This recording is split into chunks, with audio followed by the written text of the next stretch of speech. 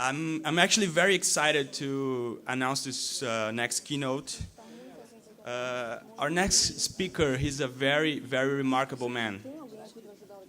He, in 1980, launched CNN, the world's first live 24-hour news network. Please give a warm welcome to Mr. Ted Turner.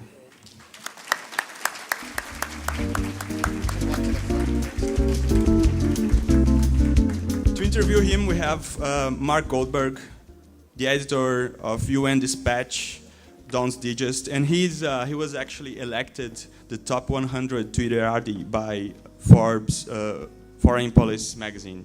So, thank you.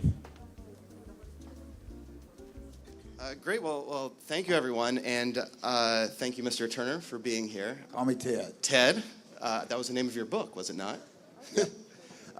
This is particularly exciting for me because I am the Captain Planet generation.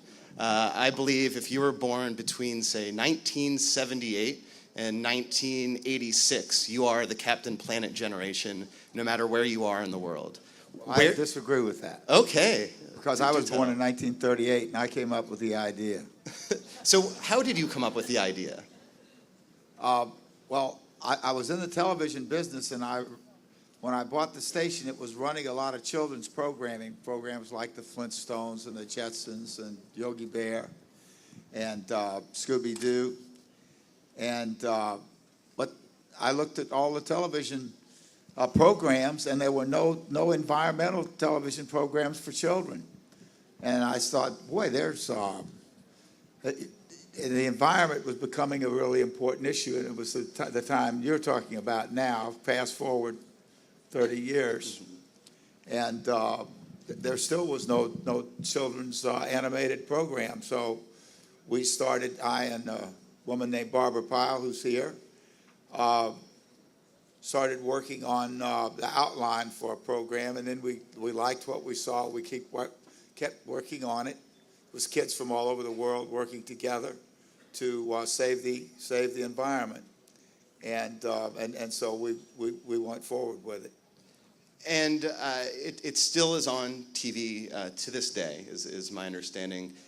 What would its prime time was in the 90s, or at least that's when I was really clued into it. What would always make a comeback? Yeah, and so what would a 21st century Captain Planet message be? Be the same as the 20th century's. But that the power is yours, and by your powers combined, that young people working together can save the environment and save the human race. And that message is just as true today as it was 1,000 years ago. One of the interesting, and I apologize if I'm focusing on Captain Planet, but this is a formative program for me. One of the interesting aspects of it was the gender equality that you saw. Boys and girls were equal, if not that the woman was even more equal than the men. How would you agree? We deliberately made the boy Wheeler from New York kind of a little bit of a buffoon. He was not as smart as Kwame from Africa, our young black teenager, or Mate from Brazil and the Amazon.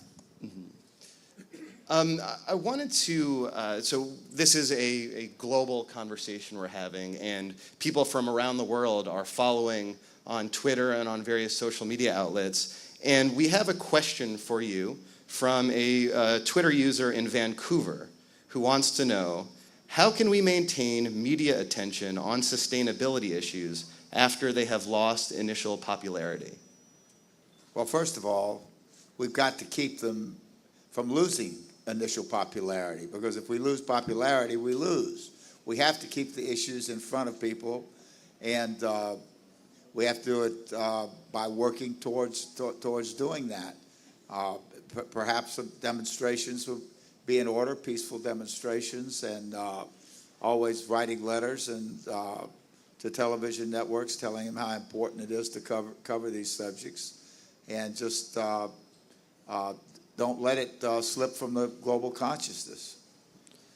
And to that end, we had. That's why I'm here. That's why you're here. And what message do you have for youth out there who are doing what you say, who are trying to not let it slip from the global consciousness? Go planet. Go planet. Excellent. By your powers combined.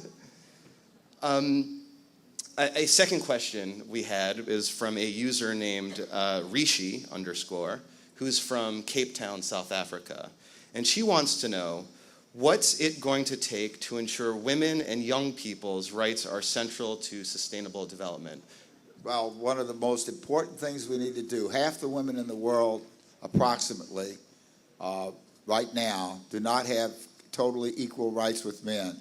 That needs to be corrected as quickly as we humanly possibly can, because of so much potential brain power is being wasted by girls and young women who have not gotten a fair education and don't have the same sort of opportunities as men. That's one of the most important things that we can do to straighten this world out. And sort of across town from where we are sitting right now is the big conference at the Rio Social. And there have been some questions over how much that the heads of state can achieve this week in Rio.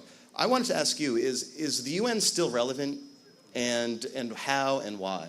Absolutely, the UN is relevant, more so today than ever before, because we have greater problems than we ever had before, and more complex problems, and we need a body that can study these, where we can study these issues together and come to compromises and work out solutions together, because the problems are too big for one nation or one people to handle. It's going to take all of us pulling together. And is there any perhaps one problem that keeps you up at night? Well, the thing, there are a number. The environment, of course, is extremely important.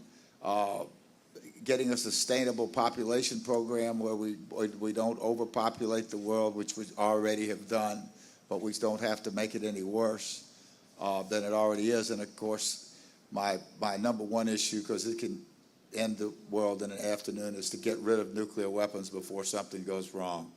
So you're saying that's, of all the issues, that's your number one? Yeah, because if the Russian and the American nuclear arsenals, which are on hair trigger alert, and still basically staffed at Cold War levels with thousands of weapons, nuclear weapons pointed at each other, if those get launched somehow, either by a madman or by an earthquake or something goes wrong and the wires get crossed, it'll destroy humanity in an afternoon.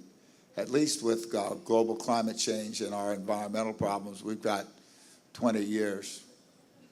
20, you're saying 20 years is better than 20 minutes. Okay. So you think we're on a 20-year timer? On the environment, maybe even less in certain areas. If you live in the Maldives Islands, your islands are already going underwater. Maybe this is a good way to ask you about the idea of sustainable development, which... If you're a polar bear, there's no ice for you to crawl out on. 20 years ago, the first Rio conference brought the idea of sustainable development into everyday speaking. Here. Where do you think we'll be in 20 years?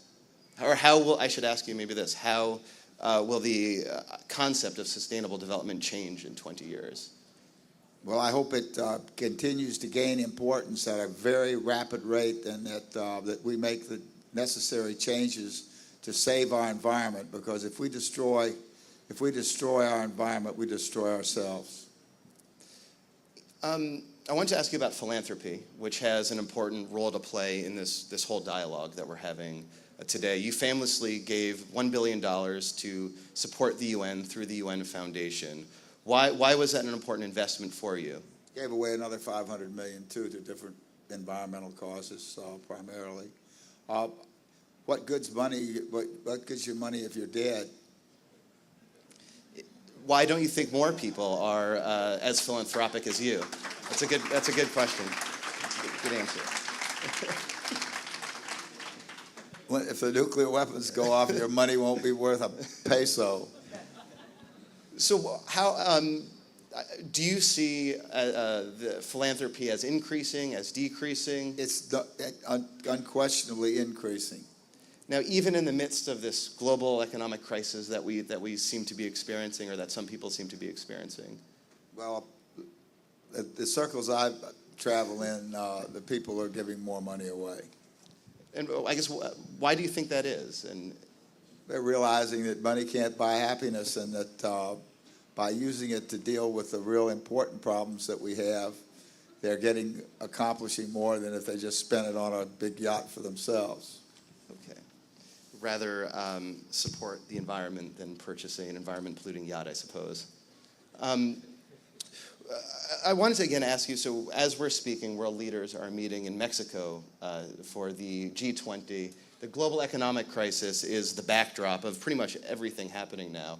How can citizens convince their governments to maintain a focus on development, on environmental issues, while we're facing this economic crisis as well? And on global equity, there's still too many poor, and not enough.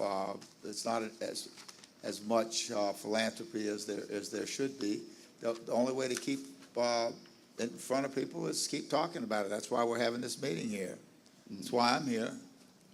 And can I ask you about the role of the private sector in all this? And as a restaurateur, as the owner of Ted's Montana Grill, you've embedded sustainable development into your business plan. Sure. Has that come at the expense of profit, or has that complemented profit? No, we feel like it's increased our profits. Okay. And what made you want to take that vision to the restaurant industry? Well, we've supported the Restaurant Association and greening up the restaurant business, which has done a tremendous job of increasing its commitment to green procedures. I wanted to maybe wrap up by asking you again another question about media, about, as the founder of CNN, do you think that cable network and cable news has changed the world at all?